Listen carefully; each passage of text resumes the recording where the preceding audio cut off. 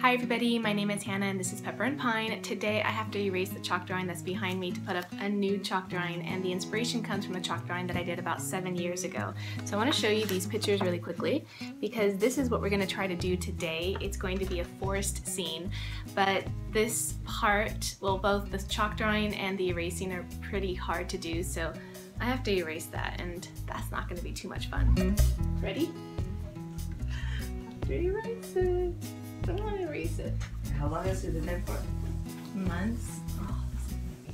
Okay, so erasing is one of the most difficult parts, well, not actually the most difficult part, the second most difficult part of a chalk drawing, just because it's just so hard to say goodbye to the last one, and this one was up for several months, as you could hear, and it was only supposed to be up for 3 weeks, but who am I kidding? When I spend that much time doing a chalk drawing, it's going to be more than just 3 weeks.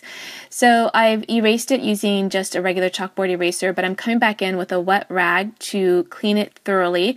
I really don't know whether this is good or bad for the chalkboard, but I'm going to do it anyway because there's no way that I could continue to draw over what was left behind. We're using chalk pastels and they leave quite an oily residue, and so that's why I kind of have to spend quite some time cleaning it. If I'm just using white chalk to do math or grammar, it's not usually a problem. I'll just erase it and then work right over it, but this needs to be thoroughly cleaned. Okay, there I am showing you the chalk pastels. They're by Sargent Art and I picked them up from Dick Blick kind of like a while ago.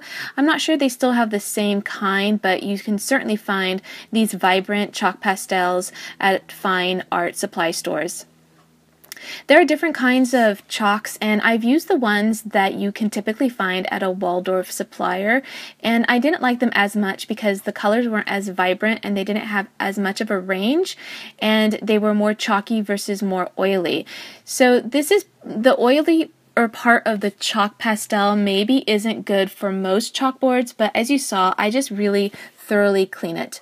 So the way that I approach this one is a little bit differently than the way that I've approached other chalk drawings, in that I am using inspiration from a previous chalk drawing, which actually made it slightly difficult for a couple of reasons, and I'll get into that in a little bit. But first I want to tell you about what I've done so far, because in the past, or with most typical chalk drawings, I will at least do a white outline of everything that I'm going to be drawing. But for this one, I didn't. I didn't feel like I needed to, and I'm going to be doing some outlining and highlights and lowlights with the black and the white chalk later on, but I didn't feel like I needed to outline the whole thing for this particular drawing. Okay, so the chalkboard has been painted. I repainted it, or actually I just painted it. It's a slate chalkboard, and I used chalkboard paint because a lot of the friction had worn off on my slate chalkboard, and these vibrant colors just were non-existent when I tried to do it before with my chalkboard. And so rather than just not paint it and just use it for, black and white, I decided to paint it, even though it was against the advice of the company where I bought it from, because they said you're going to ruin it if you do that. And it's true, you ruin the slate quality. Slate's a stone, right? And when you paint it, you're using paint, and it has I think some stone, ground up stone in it to give it some texture.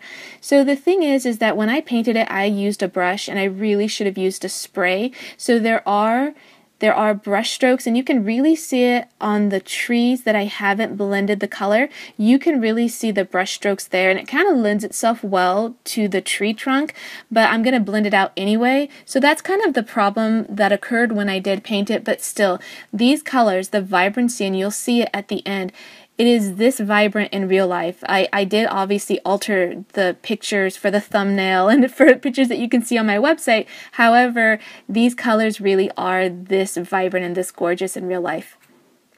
So I've done a number of trees throughout this drawing, and in order to get that layered, more realistic look, I've done several colors of brown and light brown and reddish brown, and of course the black, and then I use my finger to blend them together, and it gives it a very realistic look. It really, for me, looks like a tree trunk, especially the one on the far right, which is kind of out of frame right now, but you'll get a closer look at it a little bit later.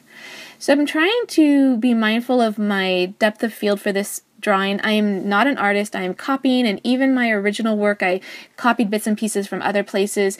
And so when you see this drawing at the very end, most things I feel worked well with the whole making it smaller as you get farther into the drawing. However, those mushrooms are way out of scale. They are enormous.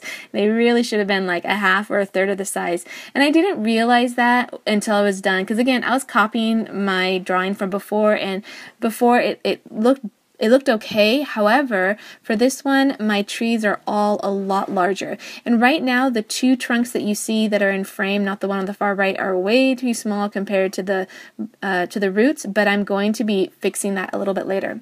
Now, I do most of the chalk drawing for you to see here. However, after about an hour and a half, I finally had to take a break. It was late in the afternoon. I needed to take lunch, and I stopped it, and then when I picked it up again a couple of days later, I did not record the entire thing. You will see some still shots of the final finished project. However, I've shown you basically all the forms right now. And so here we are. This is 2 days later. The whole chalk drawing took 2.5 hours. This is the longest chalk drawing I've ever done. It is one of my favorite ones, and this one's a little different, I think also because I've added more writing here and there, which is fine. Like, it could look good with or without the writing, but I went ahead and copied my previous chalk drawing, which that previous one used inspiration from the Waldorf curriculum as well as other sources, and I don't remember now because it was 7 years ago. And in the end, I was really looking not just to copy the picture, but it has a lot of nostalgia for me. So I was really going for this feel that I had and for this chalk drawing that I did 7 years ago. And you'll be able to see the before and after of those drawings at the very end of this video.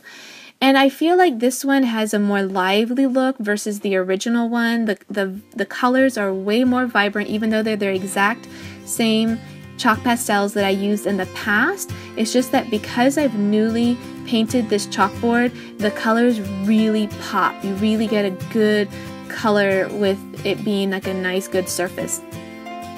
So this is going to last for our entire unit, and when this unit is over, it's going to be summer vacation, and I'm not going to erase it. I'm just going to leave it up. And what we might do is pick up a small nature unit at the start of the following school year. So this is just going to remain on until probably our next history units, which we're going to hit in the winter of the following year. Alright, so that was the before and after photograph, and you can see more of these still shots on my website at pepperandpine.com, and you can see them on Instagram as well. Alright, so if you want to see the other videos in the playlist for our botany unit, you can click on the screen right now, and if you want to see some of our other chalk drawings, you can check out the playlist as well.